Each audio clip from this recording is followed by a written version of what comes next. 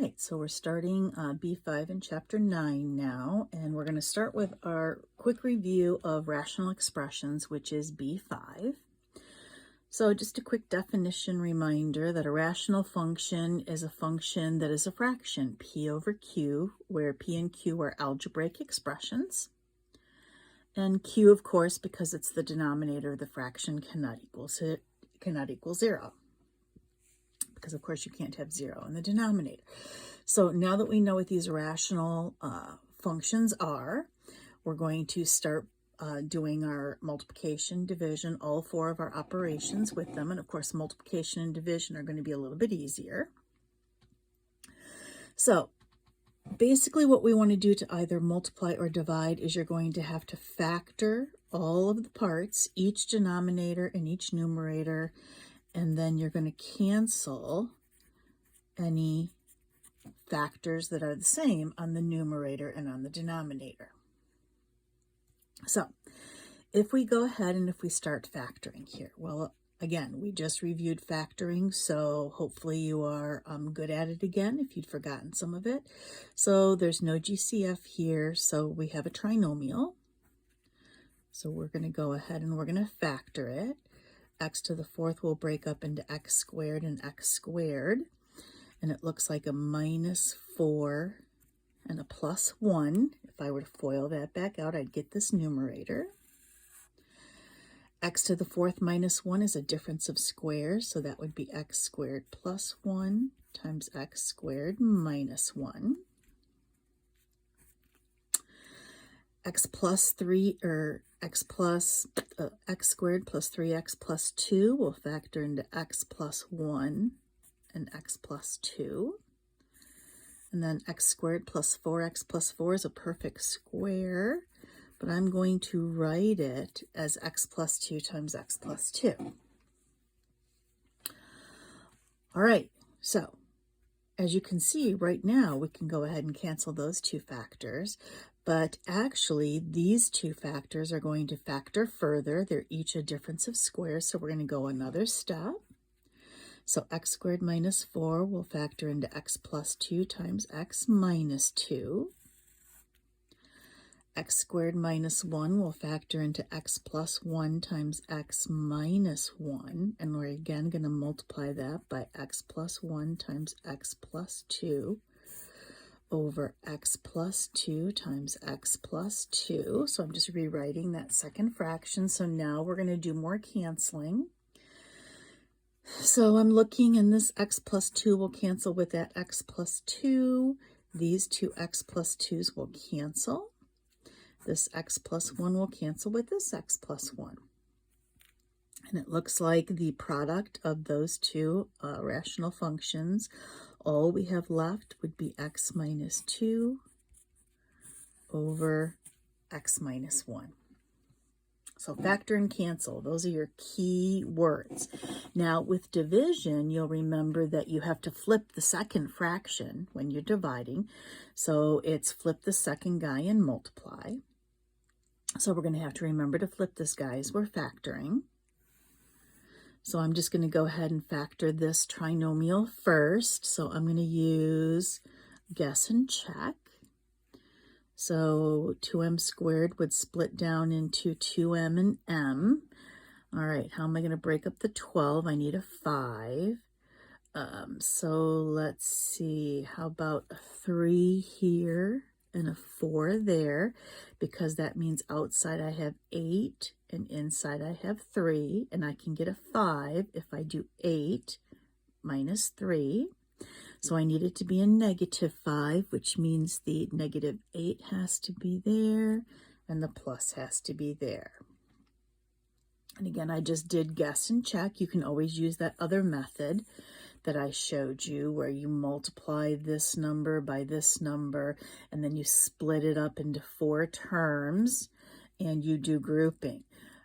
But again, especially in a situation like when you're working with rational expressions like that, that would take a very long time to do. So that's why we want to get you used to trying guessing and checking. M squared minus 10m plus 24. Well, again, I'm going to guess and check. This one will be a little bit easier because the coefficient here is a 1. So I need two numbers that multiply together to get positive 24 and add together to get negative 10. So that's going to be negative 4 and negative 6. I'm going to multiply, and now don't forget I have to flip the second one. So this 4m squared minus 9 is going to factor into a difference of 2 squares, but it's going to be in the bottom. It's going to be 2m plus 3 times 2m minus 3. And then m squared minus 9m plus 18 will split up into, let's see, m and m, and the two things that multiply together to get positive 18 and add together to get negative 9 would be negative 6 and negative 3. All right, so now we're going to do our canceling, so we can see m minus 6's right there are gone, m minus 4's are gone, 2m plus 3's are gone, and it looks like the only thing we have left in the numerator is m minus 3 over 2m minus 3. And we have divided by flipping and multiplying. All right, last one is also a division problem here. So now notice how these have 4 terms. Both numerators have 4 terms, so we're going to do grouping. So if I group this 2 and 2, it's going to take me a couple of steps. This first group of 2, I can take out an a, which leaves me with x plus y. And the second group, I can take out a b, which leaves me with x plus y. I'll come back and do the next step as I keep working through the problem. X cubed minus 27 is a difference of cubes. The cube root of 27 being 3. So if I factor it, it's going to be x minus 3. Then you square the first one, opposite side, multiply the 3 and the x together, plus, and square the 3 to get 9. Times, okay, so now I have to flip this guy. So the x squared plus 3x plus 9 is going to go to the top. That does not factor. It's prime, so we're just going to put that up there, which is very convenient here, as you can see. This, which is now the denominator, is again, because there's 4 terms, we're going to factor by grouping. This first group, we can take out an x, which is going to leave me with c plus d. And the second group, we can take out a y, which is also going to leave me with c plus d. All right, I still have one more step to go on the numerator here and the denominator, but I can see that those are going to cancel right away, so I don't want to rewrite those. So here, my next step would be that this is a plus b times x plus y. And that's going to go over x minus 3. Here, the top is 1 because that whole numerator was canceled. And the denominator, our last step, would be x plus y times c plus d.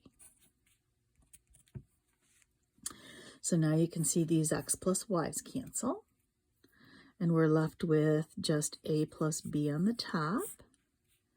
And then x minus 3 times c plus d on the bottom. And we're not going to go and we're not going to multiply those all out. All right, so there is multiplication and division. Let's talk about addition and subtraction here. So for addition and subtraction, you need a lowest common denominator. And you can see the lowest common denominator, which would be the smallest expression that both 5x and 3x divide into evenly, would be 15x. So if I were to rewrite this first fraction, you can see to make this denominator look like this, I'd have to multiply both top and bottom by 3. Rewriting the second fraction, to make this denominator look like this, I'd have to multiply both top and bottom by 5. So if I go ahead and do that multiplication, here the 3 would get distributed. So I would get 3x plus 6 over 15x, plus this 5 would get distributed, 30x plus 15 over 15x. So now we're going to add these two fractions by combining like terms in the top. So I'm going to get 33x plus 21 all over 15x. But now that I'm looking at that, I can see that it's going to reduce. What can I factor out of the numerator? Well, I can factor a 3 out, which would give me 11x plus 7, and that's going to be over 15x. And now you can see this 3 will cancel into the 15, giving me a 5. So we have 11x plus 7 over 5x. And that would be my final answer. So there we go. We added those two fractions. So we had to get a common denominator, put each of the fractions over the common denominator, combine them, and in this case we had to reduce in the end. So B is also an addition problem, so we're going to do the same type of thing, except to find the lowest common denominator here, we need to factor the second denominator. So now you should be able to see that the lowest common denominator is going to be x plus 2 times x minus 2. So the second fraction is already over the common denominator. The first fraction is not, so here we go. We're going to rewrite the first fraction. Now I have to multiply top and bottom by what I need to make the bottom look like the lowest common denominator, which is going to be x plus 2.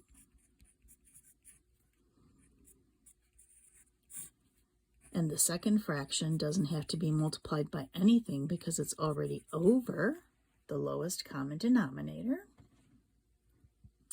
So let's go ahead and let's multiply these two numerators by distributing, and you can see you're going to get x squared plus 2x over x minus 2 times x plus 2 plus negative 8 over x plus 2 times x minus 2.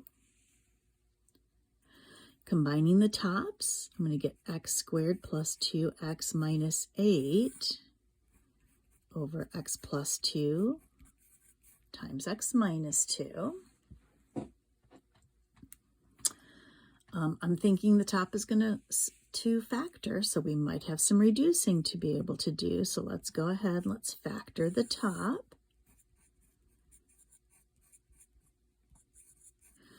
Well, let's see, I'm going to have an x and an x, and then what multiplies together to get negative 8 and adds together to get positive 2. That's going to be plus 4 and minus 2. So the x minus 2's are going to cancel. So my final answer for this addition problem is going to be x plus 4 over x plus 2. And there we go. All right. I'm going to stop this video and start another one to go on to part 2.